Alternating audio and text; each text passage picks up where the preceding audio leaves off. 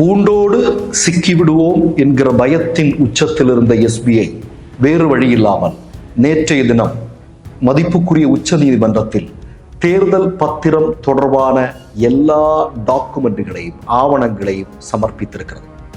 நீதிமன்றம் உடனடியாக சொல்லியிருக்கிறது, மார்ச் 15ஆம் தேதிக்குள் தேர்தல் ஆணையத்தினுடைய அதிகாரப்பூர்வ பக்கத்தில் எல்லா தகவல்களையும் எல்லா பொதுமக்களும் பார்க்கக்கூடிய விதத்தில் வெளியிட வேண்டும் என்று சொல்லியிருக்கிறது.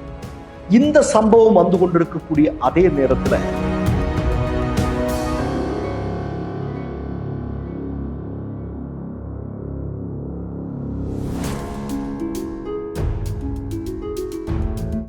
மலேசியா, சிங்கப்பூர், துபாய் நாடுகளில் குடியுரிமை வேண்டுமா? வெளிநாடுகளில் வெற்றிகரமாக இயங்கிக் கொண்டிருக்கும் பெரும் தொழில் நிறுவனங்களில் முதலீடு செய்ய விரும்புகிறீர்களா? பொது வர்த்தகங்களில் ஏற்றுமதி இறக்குமதி செய்ய வேண்டுமா? உடனடி தொடர்பு கொள்ளுங்கள்.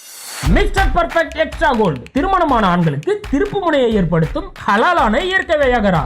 வயதான பலகினமா, சுகர் பலகினமா, இனி கவலை வேண்டாம், உடனே ஆர்டர் செய்யுங்கள். இந்த சேனல் மக்களுக்காக செயல்படுகிறது என்று நீங்கள் நம்பினால், வாய்ப்பிருந்தால் எங்களுக்கு முடிந்த உதவியை செய்யுங்கள். வணக்கம்.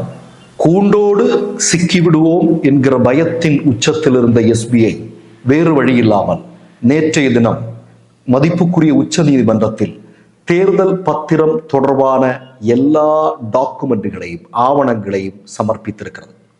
நீதிமன்றம் உடனடியாக சொல்லியிருக்கிறது, மார்ச் 15ஆம் தேதிக்குள் தேர்தல் ஆணையத்தினுடைய அதிகாரப்பூர்வ பக்கத்தில் எல்லா தகவல்களையும் எல்லா பொதுமக்களும் பார்க்கக்கூடிய விதத்தில் வெளியிட வேண்டும் என்று சொல்லியிருக்கிறது.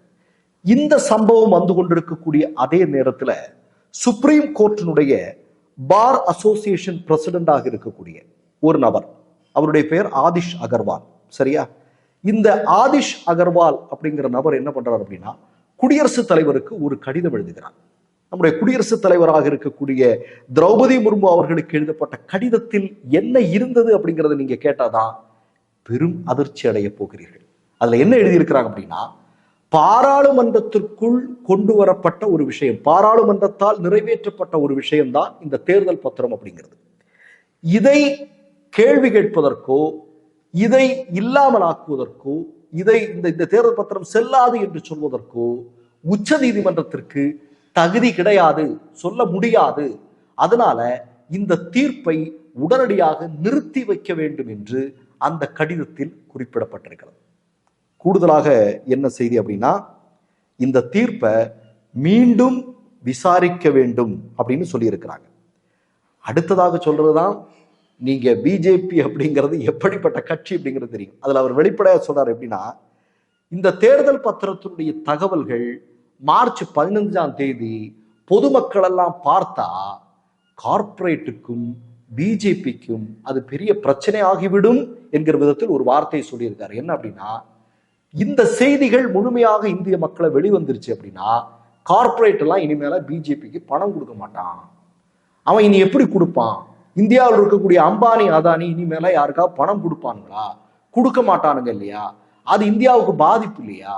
அதை ஏன் நீங்க பண்றீங்க? கார்ப்பரேட்டும் மோடியும் பிஜேபி எல்லாம் சேர்ந்து எடுத்த ஒரு நல்ல விஷயம் இல்லையா? இதுக்கு எப்படி நீங்க தடை போடுறீங்க? இது எப்படி செல்லாதுன்னு சொல்றீங்க? இது வருங்காலத்துல இவர்களை எல்லாம் கடுமையாக பாதிக்க போகுது அப்படிங்கிற ஆதங்கத்தையும் அந்த கடிதத்துல இந்த ஆதிஷ் அகர்வால் அப்படிங்கிற நபர் குறிப்பிட்டிருக்கிறார். இப்ப நான் என்ன சொல்றேன் அப்படின்னா, இந்த ஆளு எவ்வளவு பெரிய கிரைம் பண்ணியிருக்கார் அப்படிங்கிறதுக்கு ஒரு செய்தியை சொல்றேன். இவர் சுப்ரீம் கோர்ட், அதாவது பார் அசோசியேஷனுடைய பிரசிடெண்டா இருக்கிறார் இல்லையா? இந்த அசிஸ்டன்ட் பிரசிடென்ட்னு நினைக்கிறேன். அப்படி இருக்கக்கூடிய ஒரு நபர் இந்த அமைப்பை கூட்டணும் இல்லையா? இல்லை, இந்த பார் அசோசியேஷனை கூப்பிடணும்.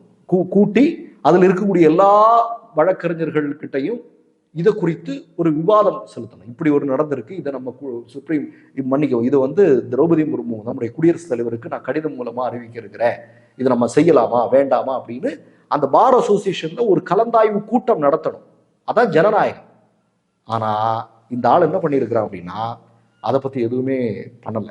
இவனாகவே ஒரு கடிதத்தை எழுதி அனுப்பியிருக்கிறான். அது மட்டுமல்ல, இவன் எந்த லெட்டர் பேட் வழியா இவன் அனுப்பியிருக்கிறான் அப்படின்னா, நீங்க பாத்தீங்கன்னா நான் சொன்ன சுப்ரீம் கோர்ட்டுடைய பார் அசோசியேட் பிரசிடென்ட் அப்படிங்கிற பொறுப்புல இருக்கிறான் இல்லையவன், அவர்களுடைய பார் கவுன்சிலுடைய லெட்டர் பேட்ல இல்ல, இவன் கடிதம் எழுதியிருப்பான். இவன் என்னன்னா ஆல் இந்தியா பார் அசோசியேஷன் அப்படிங்கிற ஒரு போலி ஒரு அமைப்பு ஒன்று உருவாக்கி அதன் வழியாக ஒரு கடிதத்தை திரௌபதி முர்முக்கு அனுப்பியிருக்கிறான். அப்ப ஏன் இவனுங்க இவ்வளவு பதட்டப்படுறானுங்க? இந்த ஆதிஷ் அகர்வால் அப்படிங்கிறவன் நிச்சயமா சங்கீதம், அதுல நமக்கு எந்த விதமான சந்தேகமும் இல்லை. அவன் எதுக்கு இவ்வளவு பெரிய பதட்டப்படுறான்? இப்ப மார்ச் 15 தேர்தல் ஆணையத்தினுடைய முகப்பு பக்கத்துல மோடியும் பிஜேபியும் RSS சேர்ந்து இந்த பெரும் கார்பரேட்டுகள் இருந்து எவ்வளவு கோடிகள் வாங்கினாங்க அப்படிங்கிறது தெளிவாக தெரிய வருது. ஏன்னா 75% இவனுங்க தான் வாங்கியிருக்கிறாங்க. அப்ப அது தெரிய வந்தா நிச்சயமாக 150 இடங்கள்ல கூட பிஜேபி வெற்றி பெறாது அப்படிங்கிறது எல்லாருக்கும் தெரியும். அப்போ டெபாசிட் கூட இவனுங்க வாங்குவானுங்களா? வாரணாசியில மோடி கூட தோத்துருவாரு. ஏன்னா இவ்வளவு பெரிய ஊழல் இல்லையா? இந்திய மக்களை ஏமாற்றி பெருமுதலாளிகள் இருந்து இவ்வளவு 1000 கோடிகளை கறந்திருக்கிறானுங்க அப்படின்னா அவனுங்களுக்காக வேலை செஞ்சிருக்கிறாங்க அப்படின்றது பொருள். இந்திய ஏழை மக்களுக்கோ, இந்தியாவில் இருக்கக்கூடிய விவசாயிகளுக்கோ, இந்தியாவில் படித்த இளைஞர்களுக்காகவோ இவனுங்க ஒன்றும் பண்ணல அப்படிங்கிறது அம்பலத்துக்கு வந்துடும் இல்லையா, வெளிச்சத்துக்கு வந்துடும் இல்லையா? அப்ப எவனாவது ஓட்டு போடுவானா? இப்ப வாரணாசியில இருந்து மோடி போட்டியிடுவது வெளியே போறதுதான் வேற வழி இல்லை. நின்று தோத்து டெபாசிட் இழக்கிறதுங்கிறது வேற வழி இல்லை. அந்த அளவுக்கு சிக்கல்ல இருக்காங்க. ஆனா இப்ப இதுல ஒரு பிரச்சனை ஒண்ணு இருக்கு. என்ன அப்படின்னு பாத்தீங்கன்னா, இப்ப தேர்தல் ஆணையம் மார்ச் 15 இதெல்லாம் வெளிப்படுத்தணும்னு சொல்லியிருக்கு. ஆனா அவங்க இதை பண்ண போறாங்களா அப்படின்னு தெரியல. இதுக்கு இப்ப நம்ம எல்லாரும் கோர்ட்டுக்கு போகணுமா அப்படிங்கிறது தெரியல. என்ன நடக்க போகுது அப்படின்னு தெரியல.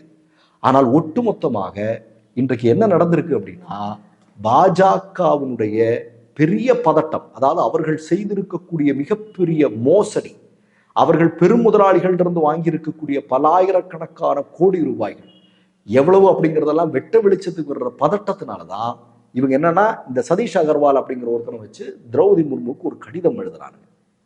அது மட்டும் இல்ல, இப்ப நீங்க பாத்தீங்கன்னா இதை ஊடகங்கள் பேசக்கூடாது அப்படிங்கிறதுக்காக CAA அப்படிங்கிற ஒரு சட்டத்தை அமல்படுத்துறேன்னு சொல்றாங்க. அது கூட எவ்வளவு பெரிய கொடுமைன்னு பாருங்க. இப்போ பாராளுமன்றத்திற்குள்ள இதை எப்படி நீங்க அமல்படுத்த போறீங்க அப்படிங்கறத ஒரு விவாதத்துக்கே உட்படுத்தாம தேர்தல் தேதி அறிவிக்கிறதுக்கு 2 நாள் இருக்கும்போது கொண்டு வந்தா இப்ப இதை யாரும் கேள்வி கேட்க முடியாது. இனி பாராளுமன்றம் கூட போறதும் இல்லை. இந்த இடத்துல திடுப்புன்னு CAA கொண்டு வரானுங்க அப்படின்னாலே இவ்வளவு பெரிய மோசடியை மறைப்பதற்காகத்தான் அப்படிங்கிறதுல சந்தேகம் இல்லை. நான் என்ன கேட்கிறேன், இந்த தீர்ப்பை நிறுத்தி வைக்கணும் அப்படின்னு சொல்றான் இல்லையா? நான் கேட்கிறேன், பாபர் மசூதி இடிக்கப்பட்ட வழக்குல இதே மாதிரி இவனுங்க யாராவது பண்ணானுங்களா? இல்லையா? இந்தியாவுல எவ்வளவு பெரிய பிரச்சனைகளை எல்லாம் இந்த சங்க பரிவாரங்கள் செஞ்சிருக்கானுங்க. அப்ப எல்லாம் நீதிமன்றத்துல இப்படி ஒரு விஷயம் வரும்போது நிறுத்தி வைக்கணும் அப்படின்னு கடிதம் எழுதி இருக்கிறாங்களா? எப்போது கடிதம் எழுதி இருக்கிறது உங்களுக்கு தெரியுமா? அதெல்லாம் பண்ணது கிடையாது. அப்ப இவனுங்க என்ன பண்றானுங்க அப்படின்னா, திட்டமிட்டு பெரிய மோசடிகளை செஞ்சுட்டானுங்க அப்படிங்கிறது இந்திய மக்கள் தெரிய போகுது அப்படிங்கிறது நல்லா தெரியுது. அப்ப இருக்கக்கூடிய அதிகாரங்களை அதிகபட்சமாக பயன்படுத்தி என்ன செய்ய முடியுமோ அதை செஞ்சு தப்பிச்சா போதும் அப்படிங்கிற நிலைமைக்கு இவனுங்க வந்திருக்காங்க அப்படிங்கிறதா உண்மை. மற்றொரு நிகழ்வில் சந்திப்போம். நன்றி, வணக்கம். மை நேம் இஸ் ரெட் சேனலை சப்ஸ்கிரைப் பண்ணிக்கோங்க. அதுக்கப்புறமா பக்கத்தில் இருக்கிற ஜாயின் பட்டனை கிளிக் பண்ணீங்கன்னா ஒரு நியூ பேஜ் ஒன்று ஓப்பன் ஆகும். அதுலேயும் ஜாயின் பட்டனே கிளிக் பண்ணிக்கோங்க. அதில் பார்த்தீங்கன்னா credit card, debit card options இருக்கு. இதில் உங்களுக்கு விசா, மாஸ்டர் கார்டு, ரிப்பே அப்படின்னு 3 ஆப்ஷன்ஸ் கொடுத்துருக்காங்க. அதில் நீங்கள் எந்த கார்டு சூஸ் பண்ணுறீங்களோ அந்த கார்டோட நம்பர் என்டர் பண்ணிக்கோங்க.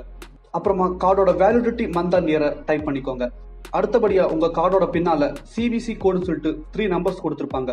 அந்த நம்பரை இதில் என்டர் பண்ணிக்கோங்க. அப்புறமா அட்ரஸ் அண்ட் இன்ஃபர்மேஷன் என்டர் பண்ணிட்டு பைங்கிற பட்டனை கிளிக் பண்ணிக்கோங்க. ஒருவேளை உங்க கார்டு நம்பர் இன்வாலிட்னு காமிச்சிச்சுன்னா உங்க கார்டுல இன்டர்நேஷனல் யூசேஜை எனேபிள் பண்ணுங்க.